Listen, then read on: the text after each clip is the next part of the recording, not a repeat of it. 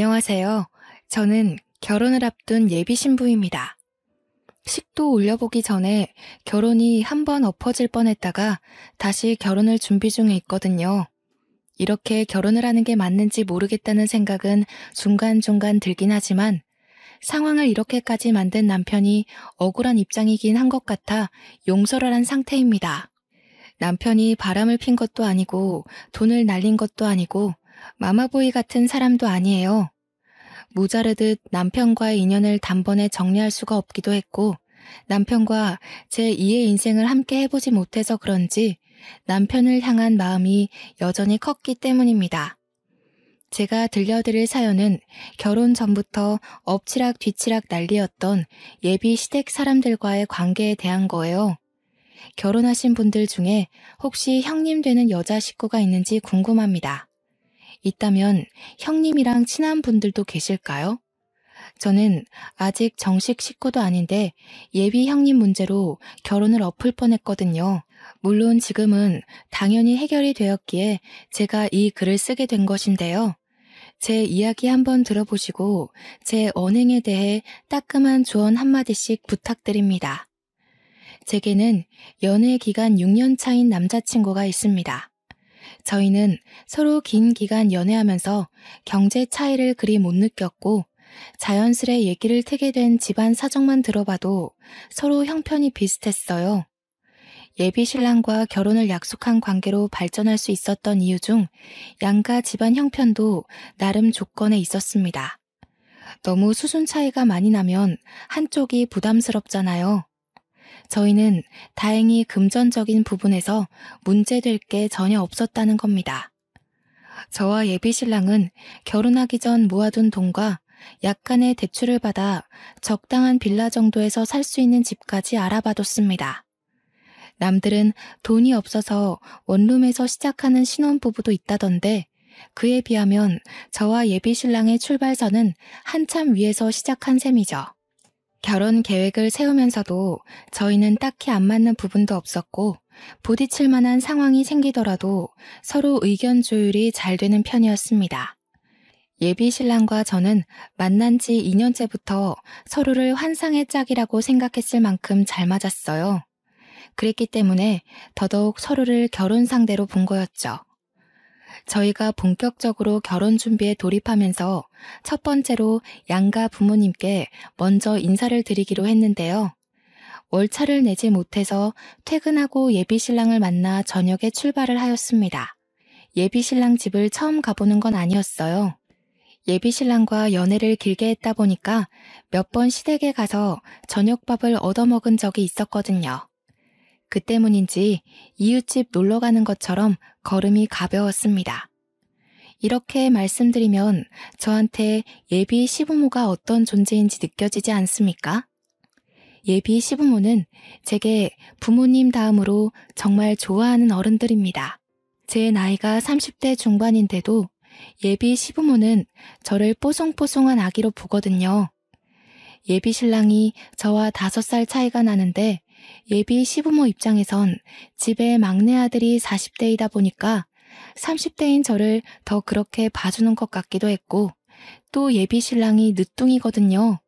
그래서 예비 시부모님이 저희 친정 부모님보다 나이가 좀 더 많습니다. 이 때문에 저를 더더욱 젊은 처녀처럼 보는 게 아닌가 싶어요. 예비 신랑이 막내라고 했잖아요. 네, 예비 신랑에게는 형이 하나 있습니다. 예비 아주버님은 남편과 제법 나이 차이가 많이 나더라고요.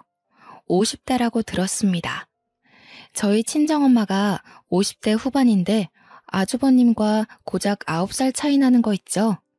그래서인가 예비 시부모와는 벌써 친해졌지만 이상하게 아주버님은 조금 어려웠습니다. 아주버님이 잘 나가는 회계사라서 친근한 이미지는 아니었기 때문에 멀게 느껴졌을 수도 있겠네요. 제가 예비 신랑과 연애를 시작한 초창기에 아주버님이 결혼을 했다고 들었어요. 결혼하고 바로 분가를 했기 때문에 제가 예비 시댁으로 발길하기 시작했을 때는 당연히 아주버님 얼굴을 볼 수 없었습니다. 그렇다고 한 번도 마주하지 않았던 건 또 아니에요. 예비 신랑과 함께 하다 보니 지나가다 한 번씩 짧게 마주치는 순간도 있었으니까요. 제가 이렇게 아주버님 얘기를 길게 했던 건 당연히 예비 형님 얘기 때문이란 거 앞에 말씀드렸죠. 아주버님 얼굴도 잘 못 봤는데 제가 어디 예비 형님을 만났을 리가 있겠습니까? 아주버님도 바깥에서 예비 신랑 때문에 어쩌다가 마주친 거라 주부인 예비 형님은 한 번도 본 적이 없었어요. 아마 결혼하기 전에 인사자리나 결혼식에서 보게 되지 않을까 싶었습니다.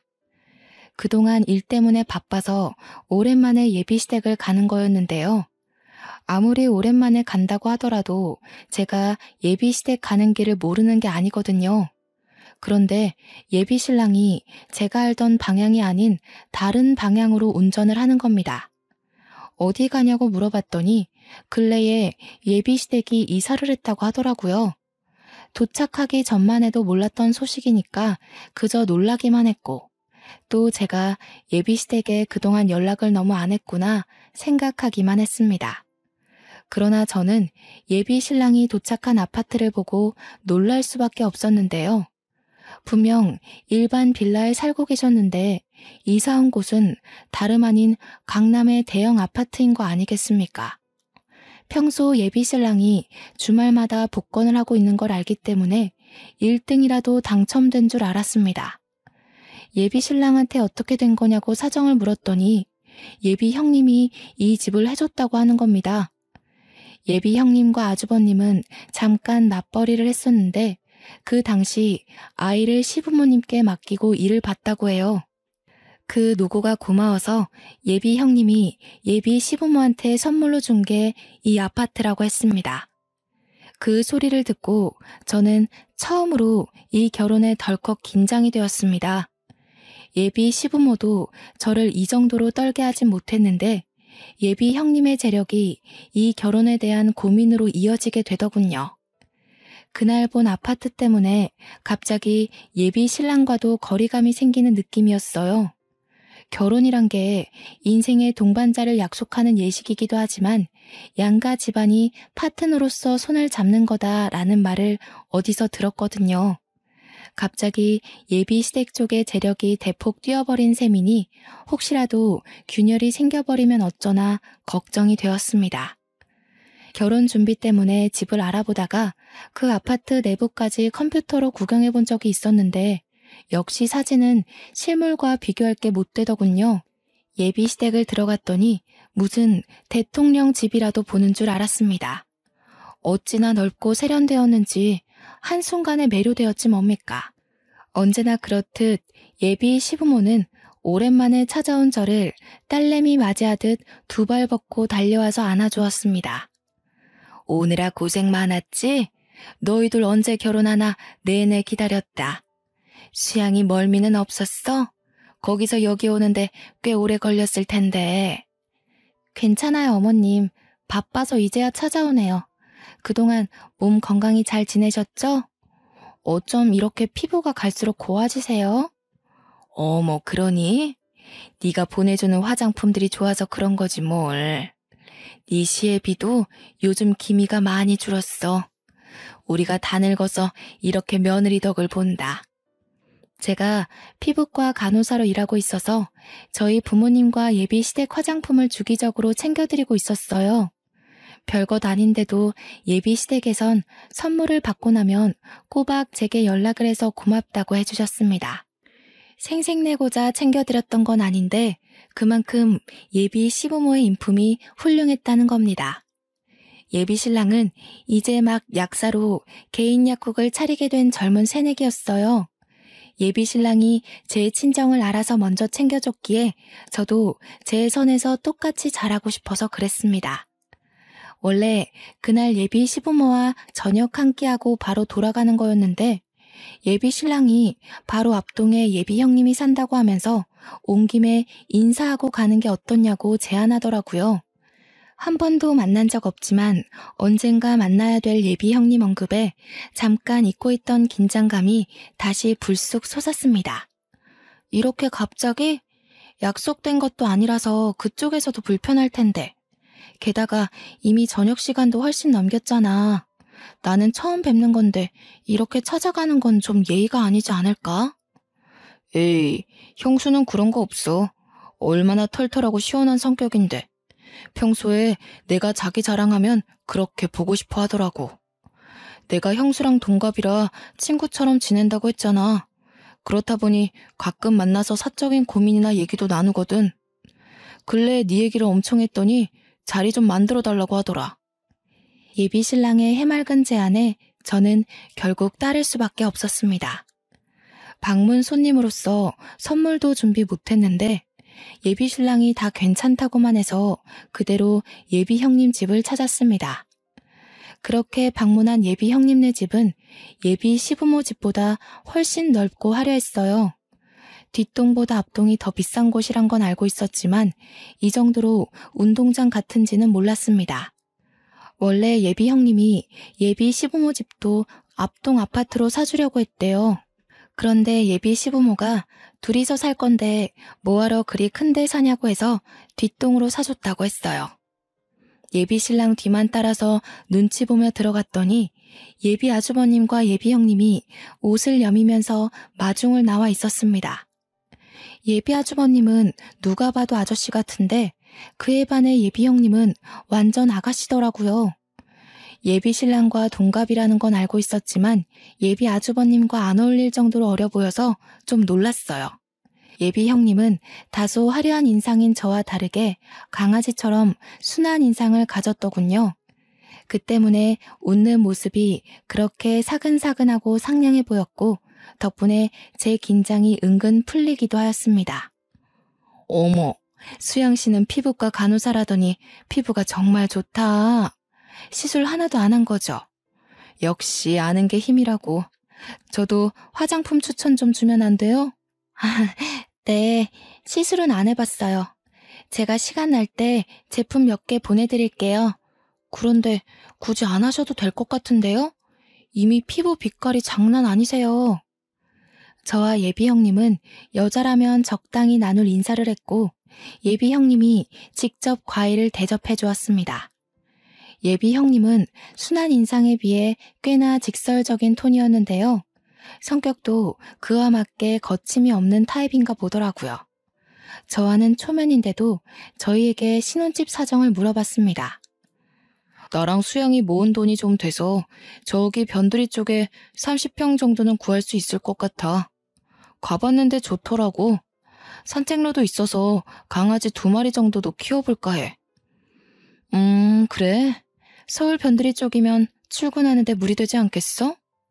또 어머님 아버님 집이랑도 멀어지는 거잖아. 왔다 갔다 힘들 텐데. 둘이서 얼마 모았는데? 한 2, 3억 정도 돼. 대출까지 보태면 5억 좀 안 될 것 같아. 네가 돈 많은 집 딸이니까 몰라서 그래. 결혼 이렇게 시작하는 거면 어렵지 않게 출발하는 거야. 뭐 보통 신혼부부와는 다르게 결혼하긴 했으니 모른다고 볼 수 있겠지. 그러지 말고 너희들도 이 아파트로 들어오면 어때? 내가 보태줄게.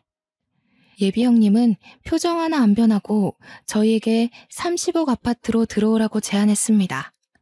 대출 받지 말고 자기한테 모았다는 돈 2, 3억만 내라면서 그럼 30억 아파트 계약해주겠다고 하는 거 아니겠어요? 당황한 저와 달리 예비 신랑은 땅속에서 다이아몬드라도 발견한 사람처럼 눈빛이 번쩍 빛나더군요. 예비 신랑과 예비 형님이 친구처럼 지낸다는 것도 물론 알고 있었지만 둘은 모든 면에서 서슴없을 정도로 친한 듯 보였습니다. 정말 진심이야? 우리한테는 이런 거 농담 아니야. 괜히 말장난하는 거면 그렇다고 얼른 말해라. 그런 게 아니라면 우리야말로 진심 고맙지. 농담 아니야. 내가 언제 너한테 돈으로 농담하는 거 봤니? 앞동은 부담스러울 거잖아. 뒷동으로 해줄까 하는데 어떻게? 당장 해줘? 예비 신랑과 예비 형님 둘이서만 신난 대화였습니다. 예비 아주버님은 일 때문에 저와 인사만 했을 뿐 줄곧 방에 있었어요. 저 혼자 덩그러니 그 둘 대화를 보며 불청객 마냥 앉아 있었죠. 예비 신랑은 제게 너무 잘 됐지 않냐고 하면서 3억으로 30억 아파트에 살 수 있게 되었다고 되게 좋아라 했습니다. 근데 저는 왠지 그게 좀 불편했어요. 저희가 충분히 독립적으로 시작할 수 있는 신혼살림을 시부모도 아닌 형님한테 도움받는 것이 내키지 않았습니다. 그렇게 되면 사는 내내 예비 형님 때문에 신경이 쓰일 것 같기도 했고 자칫 남의 집에 얹혀 사는 기분이 들 것 같거든요. 제가 예민하게 생각했던 걸까요? 제가 계속 대답을 머뭇거리고 있자 예비 형님이 수양 씨는 싫은가 봐 하면서 저를 떠보는 거 아니겠습니까? 예비 신랑은 제 반응을 살피면서도 눈치 없이 예비 형님 편에 서서 저를 설득하기 바빴어요. 저는 여차저차 의논해보겠다고 하고 그만 자리를 마무리했습니다. 그 집을 나와서 예비 신랑 차에 올라탔을 때 제가 먼저 예비 신랑한테 속마음을 밝혔어요. 그냥 우리가 계획했던 대로 하자. 우리가 당장 어려운 것도 아닌데 왜 형님한테 도움을 받아. 남한테 손 벌리면 언젠가는 꼬리 밟혀. 그리고 계속 뭔가 보답해야 될 것 같단 말이야. 남이라니 이젠 가족이 될 사이인데. 그리고 혜령이는 좋은 마음으로 우리 도와준다는 거야.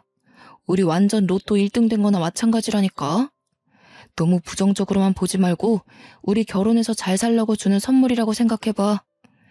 예비 신랑은 이미 예비 형님 제안에 홀라당 넘어간 듯 보였습니다.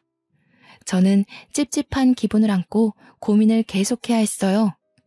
예비 신랑과 계속 대화를 시도해봤자 답이 없을 것 같아서 한 번은 인터넷 커뮤니티에 익명으로 물어보기도 했습니다. 그러니 반응이 거의 반반이더라고요. 예비 신랑 말대로 이건 완전 복권 당첨이라고 자존심 세우지 말라는 사람들도 많았고 분명 형님이 그냥 주는 거 아닐 거라며 절대 책 잡힐 짓 하지 말라고 주의 주는 사람들도 많았습니다. 저는 솔직히 좀 후자 쪽으로 마음이 기울어 있는 사람이거든요. 제가 고민을 길게 하는 바람에 예비 형님께 줘야 하는 답은 그 기일이 자꾸 미뤄졌습니다. 예비 신랑은 저를 설득하기만 했지 강제로 밀어붙이진 못했어요. 일단 그 제안을 수긍한다면 저희 쪽에 형님 내에 3억을 줘야 하는 입장인데 제 돈을 합치지 않고서는 예비 신랑 혼자 그 돈을 당장 못 만들기 때문이었죠. 제가 고민하는 걸 아는지 한날 모르는 번호로 전화가 왔는데 예비 형님이더라고요. 예비 신랑한테서 제 번호를 받은 듯 싶었습니다.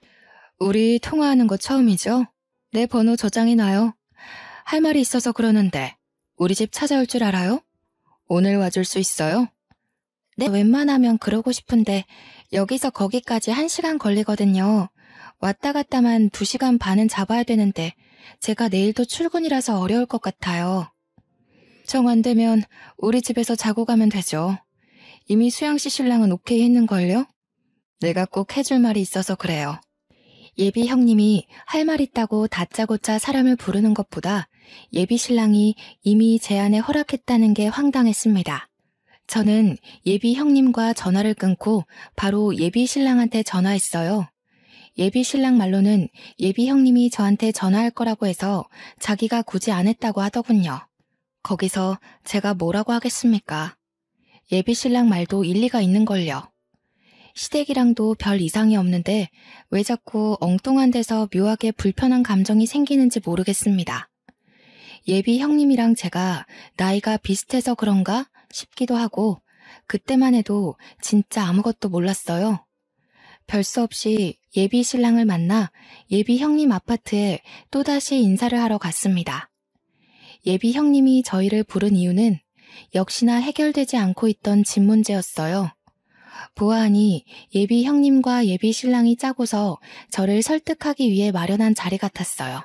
예비 형님이 집 얘기하자마자 예비 신랑이 적당한 타이밍에 계속 맞장구 치며 저를 부추겼거든요.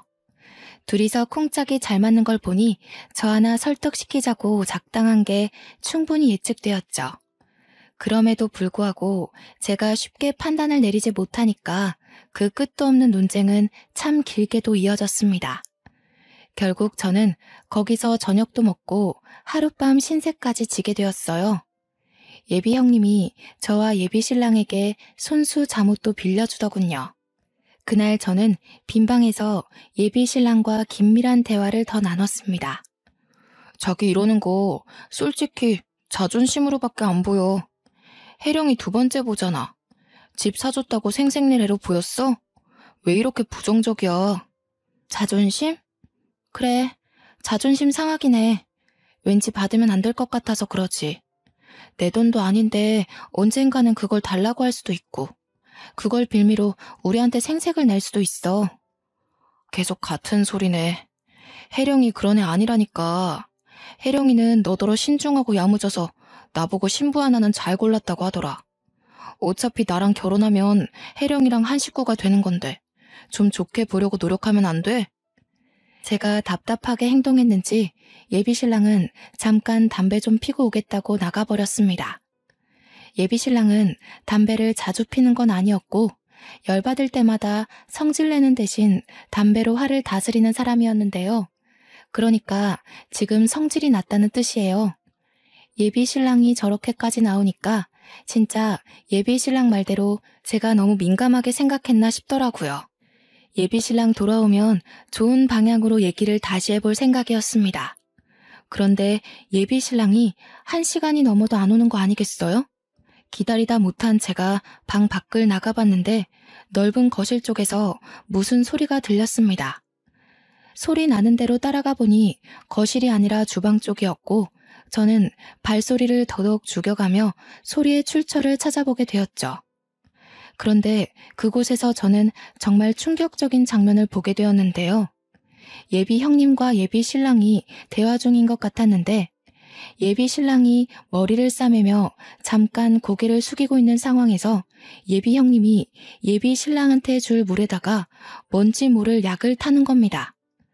당시 휴대폰을 들고 있던 상태도 아니었고 들고 왔더라도 당황해서 못 찍었을 정도로 놀랐습니다. 예비 신랑이 아무것도 모르고 그걸 마시려고 하길래 저도 모르게 뛰어가서 예비 신랑 손에 있는 컵을 쳐내버렸어요. 방금 물에다 뭐 하신 거예요? 이상한 짓 한 거 맞죠? 제가 똑똑히 봤어요. 물에다가 이상한 가루약 탔잖아요. 저기 싱크대에 껍질도 버려... 무슨 소리 하는 거야? 수영씨 자다가 꿈이라도 꿨어요? 아무리 그래도 그렇지 사람 다칠 뻔했잖아요. 새벽에 이게 무슨 난리야. 제가 싱크대로 가서 예비 형님이 썼던 약봉지를 손대려고 하자 예비 형님이 제 앞을 막아서더니 갑자기 주저앉았습니다. 그러더니 맥락 없이 서럽게 울기 시작하는 거 아니겠습니까? 예비 신랑은 제가 아닌 예비 형님을 살피기 시작했는데 한 번도 저한테 화낸 적이 없던 예비 신랑이 그때 처음으로 언성을 높였습니다.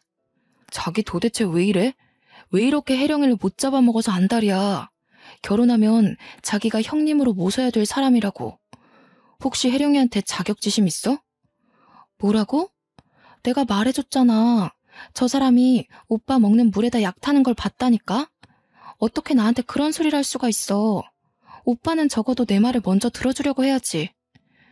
애 같은 소리 하지 마. 또래 나이에 혜령이가 너보다 너무 잘나서 시기하는 거지. 내가 보기엔 너 이러는 거 열등감 맞아. 진짜 실망이다. 내 말 좀 들어. 오빠가 확인해보면 되잖아. 저 사람이 약을 탔는지 안 탔는지. 경찰이라도 불러서 여기 쏟아진 물 성분 조사해보라고 해. 그만해. 어느 정신 나간 사람이 그런 짓을 하겠어? 너 지금 나이가 30이 훌쩍 넘었어. 그런 허황된 변명이 통할 거라고 생각돼? 그 정신 나간 사람이 바로 네 형수라고. 내 말은 확인도 안 해보려고 하면서 저 사람 말은 뭐가 그리 믿을 게 있다고 감싸도는 건데 진짜 정신 나간 년이 누군지 모르겠어? 저는 결국 식구끼리 해선 안 될 말을 저질러 버렸습니다. 그랬더니 예비 신랑은 아예 저를 막장으로 보더군요. 예비 신랑은 곧 저를 향해 실망한 기색을 비추곤 예비 형님을 챙겨 예비 형님 방으로 가버렸습니다. 그날 이후 저는 예비 신랑과 연락도 안 했어요. 예비 신랑이 얘기 좀 하자고 여러 번 연락이 왔지만 그때마다 무시했단 말이죠. 그러다 예비 신랑이 결국 제가 일하는 직장을 찾아오게 되었고 할 수 없이 대면을 해야만 했습니다. 나랑 헤어질 거야? 왜 내 연락 피해? 해결을 하려면 대화를 해야지. 혜령이가 너랑 다시 얘기해보고 싶어해. 사과 받아주겠대. 시간 언제 괜찮아? 그럴 필요 없어. 나 이번 기회에 오빠랑 헤어질 거니까. 그래서 연락 피했던 거고, 이왕 만나버린 김에 말할게. 우리 여기까지 하자. 저는 홧김에 없는 소리 하는 사람이 아닙니다. 100% 진심이었습니다. 예비 신랑과 연락 안 하는 시간 동안 저도 제 나름 생각 많이 하고 내린 결정입니다. 예비 시댁에서 예비 형님이란 존재가 사라지지 않는 이상 그 집과 인연을 맺어선 안 된다는 쪽으로 마음이 기울어 버렸어요. 그리고 그날 예비 형님 집에서 보였던 예비 신랑의 태도, 그건 제게 엄청난 실망을 안겨준 일이었습니다. 오빠도 마음 정리할 필요하지. 정리 잘하고 파혼 얘기 아니면 앞으로 연락하지 말아줘. 그래도 6년 동안 좋았어. 이렇게 끝나버릴 줄은 몰랐는데 우린 여기까지인 것 같다. 제가 답도 안 듣고 무작정 일어나 버리자 예비 신랑이 저를 다급히 붙잡더라고요. 그 손길을 뿌리치고 집에 돌아왔습니다. 그리고 며칠간 예비 신랑도 제게 연락을 안 했어요. 그러고 나서 한 4일 뒤쯤이었나? 예비 형님에게서 느닷없이 연락이 오는 겁니다. 밑도 끝도 없이 예비 신랑 약국으로 오라는 말만 덩그러니 날라온 거 있죠? 제가 예비 신랑한테 이별을 통보했다는 거 예비 형님도 다 알고 있을 겁니다. 저희가 갈라서게 된 이유는 온전히 예비 형님 때문이잖아요. 예비 신랑과 갈라졌으니 예비 형님도 더 이상 저와 관련이 없는 사람인데 제가 왜 이 여자 말에 반응을 해주겠어요? 당연히 무시했습니다. 그랬더니 바로 또 연락이 오더라고요. 이번엔 문자였고 내용도 없이 달랑 사진 몇 개 날라온 것이 다였습니다. 아, 그중 영상이 하나 있길래 눌러봤거든요. 예비 형님과 예비 신랑이 술자리를 갖는 장면이었는데 예비 신랑이 좀 많이 취해 보였고 방으로 들어가는 예비 신랑을 뒤따라 예비 형님이 옷을 풀어 헤치면서 따라 들어가는 모습이 찍혀 있더라고요. 휴대폰을 어디 세워두고 그 모습이 나오게끔 똑똑하게도 찍어놨더라고요. 더 어처구니가 없었던 건 장소가 예비 신랑 집이라는 거예요.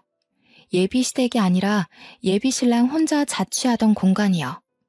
이건 저와 이별한 지 고작 4일 만에 예비 신랑이 여자를 들인 셈이잖아요. 그것도 자기 형수를 말이에요. 그걸 받고서 저는 예비 신랑에게 파혼 확정을 통보했습니다. 예비 신랑이 생각하고 말고 할 시간도 주기 싫었어요. 그리고 그날 밤 저를 또다시 찾아온 예비 신랑은 마지막으로 봤던 날보다 많이 초췌해 있더군요. 자기야, 도대체 왜 이래? 우리 좋았잖아. 앞으로 더 좋아지려고 도움 좀 받는 게 그렇게 어려워? 왜 우리가 눈앞에 놓인 행운을 놓고도 헤어져야 돼? 오빠는 그 여자를 믿어? 내가 보기에 오빠 지금 그 여자한테 이용당하는 거야. 우리 헤어졌다고 그 여자가 신이 나서 나한테 연락했더라? 저는 예비 신랑에게 보여주려고 인화해놨던 사진들을 냅다 뿌렸습니다. 예비 신랑은 바닥에 떨어진 사진을 힐끗 보더니 표정이 굳어졌어요. 우리 고작 헤어진 지 4일 됐잖아. 그동안 그 여자가 나한테 보낸 사진이야. 나랑 연락 안 하는 내내 그 여자한테 위로 엄청 받았나 봐. 그 사진들은 전부 술 먹고 기절해서 차림새가 불량한 예비 신랑과 그 옆에 나란히 누워서 오해 살만한 차림으로 예비 신랑한테 기대어 있는 예비 형님의 모습들이었어요. 이게 다 뭐야? 난 모르는 사실이야. 조작된 거 아니야? 너랑 헤어지고 혜령이가 많이 위로해줬던 건 맞아. 근데 그냥 같이 술 먹은 게 다였어. 나 정말 이거 몰라. 그 여자가 나더러 뭐라는 줄 알아? 조용히 결혼하래. 자기랑 오빠랑 관계 눈 감아주면 30억을 더 주겠대. 돈 좋아하는 오빠한텐 솔깃할지 몰라도 나는 이런 더러운 웅덩이에 빠져주고 싶지 않거든. 우리가 왜 헤어져야 하는지 알겠어? 예비 신랑의 변명을 더 이상 듣기 싫었습니다. 모르는 사실이라고요? 참으로 웃기는 소리죠. 둘이서 같이 자리를 가졌다는 것 자체가 이런 사이라는 걸 증명하는 건데 변명을 하고 싶으면 좀 그럴싸한 걸로 우길 것이지 싶더군요. 그대로 집에 들어가려는데 예비 신랑이 저를 급하게 붙잡았습니다. 그러면서 계속 정말 몰랐다고 이게 무슨 상황인지 모르겠다고 엄청 당황스러워 하더라고요. 오빠도 마음 있으니까 나 내팽개치고 그 여자만 거들떠 본 거잖아. 지금에서야 아니라고 하겠지. 근데 어떡하니? 오빠가 지난날 내 자존심 운운하며 저 여자 치켜 세웠던 모습을 다 기억하고 있는데 이 사실 너네 엄마 아빠는 알고 있니? 오해라니까. 나도 도통 모르는 일이라서 어떻게 설명을 할 순 없지만 뭔가 잘못된 일인 건 맞아. 내가 다 해결할게. 일단 기다려주라. 어? 나더러 가서 핑곗거리 만들 시간을 벌게 해달라. 그 여자랑 침대에 올라간 적 없다고 뻔뻔하게 모른 척하면 다 해결된다고 생각하나 본데 나한텐 오빠가 그 여자랑 밤에 단둘이 술 먹었다는 것도 바람이야. 그만 돌아서 가려는데 예비신랑이 저를 다시 잡더군요. 그대로 귀싸대기를 한 대 날려주고 바로 길가로가 택시를 탔습니다. 저는 그렇게 6년을 함께한 인연과 헤어졌습니다. 그런데 한 2주가 지났을까 예비 형님한테서 또 연락이 온 거 아니겠습니까? 수양씨, 똑똑한 사람인 줄 알았는데 생각보다 맹탕이네요? 돈 30억 더 준다잖아. 그깟 남자 하나 때문에 30억을 안 받겠다고요? 어차피 헤어질 거 그냥 눈 감고 결혼해서 나한테 돈이라도 받아요. 나는 돈 아쉬운 사람이 아니라서 태곤이만 있으면 되거든요. 저기요, 태곤 오빠가 그쪽이 지금 이러는 거 알아요? 그렇게 자신만만하게 사진 보낼 정도면 이미 태곤 오빠가 그쪽한테 넘어갔다는 거잖아요. 그렇게 돈 아쉬운 사람 아니면 그냥 이혼하고 태곤 오빠랑 당당하게 살림 차리세요. 아, 혹시 양심 없게 저더러 말해달라는 건 아니죠? 할 수 있었으면 벌써 했겠죠. 그런데 수양씨가 뭐 그렇게 특별하다고 태곤이가 수양씨를 못 잊잖아. 나도 이해 안 되거든요? 돈도 없고 생긴 것도 평범한데 뭐 때문에 수양씨를 못나서 다 죽어가는지 몰라. 설마 어려서 그런가? 생각하는 꼬라지하고는 둘이서 뭔 작당을 했길래 또 나를 구워 삼기 시작하는지 모르겠는데 재혼을 하든 동거를 하든 내 알 바 아니니까 알아서들 하세요. 똥 묻은 돈으로 유혹해봤자 제 눈엔 그냥 똥으로밖에 안 보이네요. 뭐라고요? 말하는 싸가지하고는. 됐고 태곤이 마음부터 돌려놔요. 혹시 수양씨가 자꾸 여지 주고 있는 거 아니야? 그게 아니면 고작 6년 만난 걸로 사람이 망가지는 게 말이 안 되잖아요. 저 지금 바쁘거든요? 누구처럼 할 일 없이 집에서 남자 꼬시는 사람과는 달라서요. 이혼할 엄두가 안 나서 그러는 거면 그건 제가 도와드릴 수 있을 것 같네요. 기다리세요. 입씨름하기 싫어서 무작정 예비 형님 전화를 끊었더니 예비 형님이 또 전화가 오는 겁니다. 저만 이렇게 사랑하는 사람들을 잃는 건 억울하잖아요. 예비 형님한테 직접 이혼하는 걸 도와주겠다고 했으니 약속은 지켜야겠더라고요.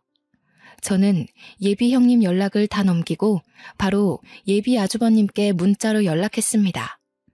예비 형님께 받았던 사진과 영상 그리고 통화 녹음 내용을 전부 보내줬어요. 이 상황에 상관없던 예비 아주버님께 괜한 피해를 주는 것 같아 죄송했지만 한편으론 예비 아주버님이 이혼을 했으면 좋겠다고도 생각했어요. 예비 아주버님께 보낸 연락들로 인한 파장은 제법 컸습니다.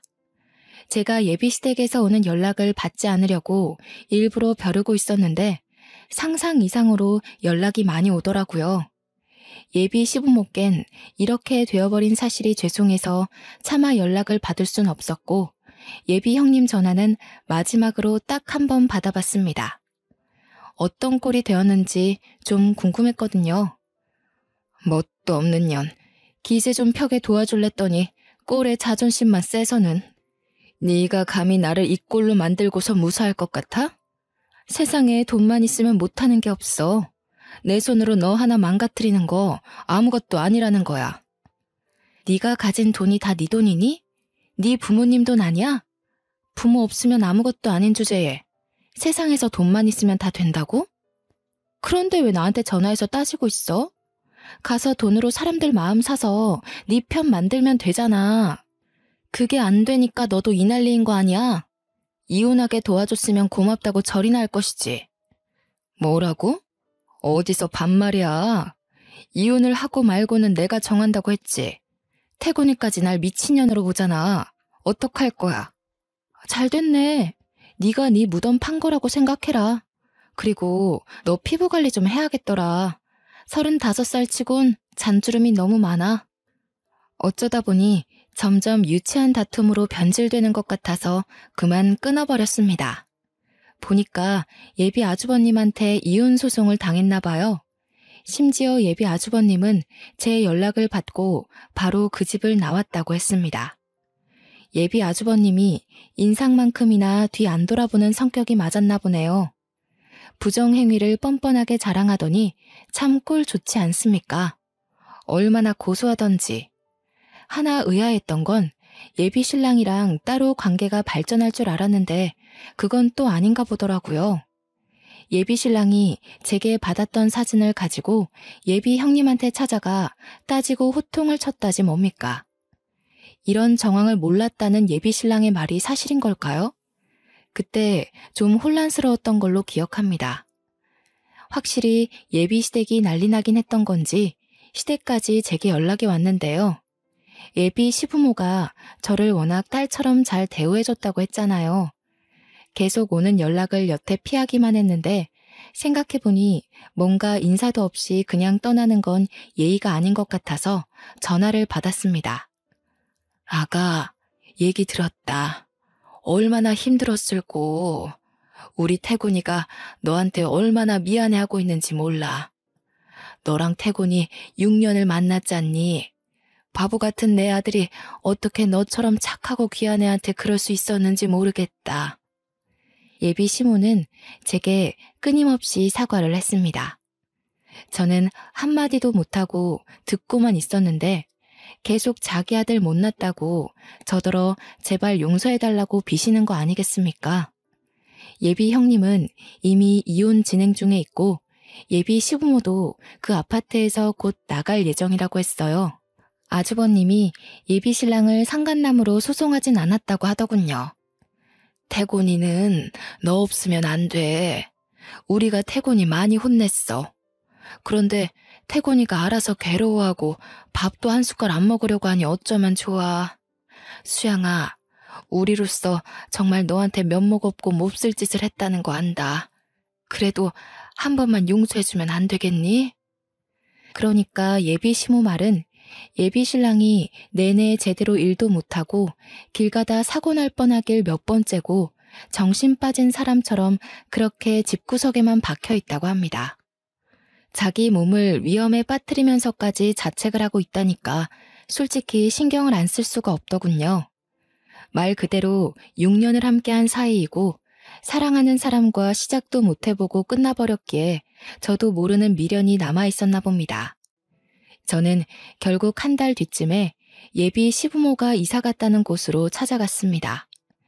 이전보단 못하지만 꽤 비싼 아파트에 입주를 했더군요.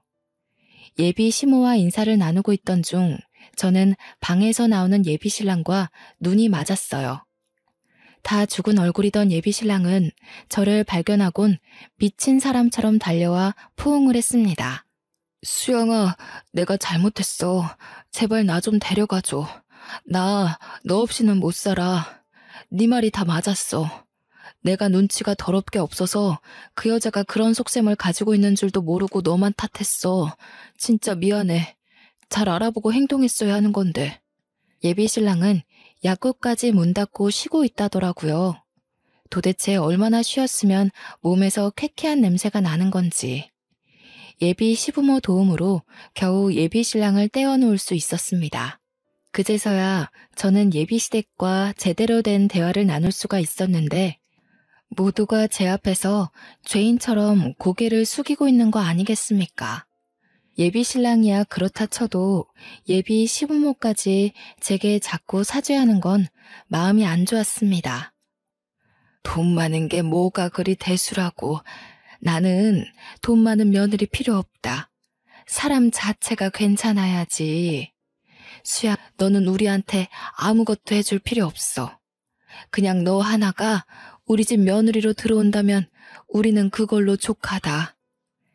예비 시모는 저와 예비 신랑이 다시 재회하길 계속 사정을 했습니다. 얌전하기만 한 예비 시부도 제게 진심으로 미안하다고 했고 옆에서 예비 신랑은 무릎을 꿇은 채 고개만 숙이고 있었어요. 미련 남은 건 저도 마찬가지였기에 저는 결국 사과를 받아주었고 예비 신랑과 다시 재회를 하게 되었습니다. 예비 아주버님이 재산 분할 소송까지 했기 때문에 제법 이득 보고 끝낸 것 같더라고요. 현재 예비 시댁에는 아주버님까지 모두가 같이 살고 있었습니다. 그럼에도 58평 아파트라 그런지 좁은 느낌은 전혀 없었어요. 현재는 결혼을 미루긴 했지만 예비 신랑과 다시 결혼을 전제로 한 만남을 이어가고 있는 중입니다.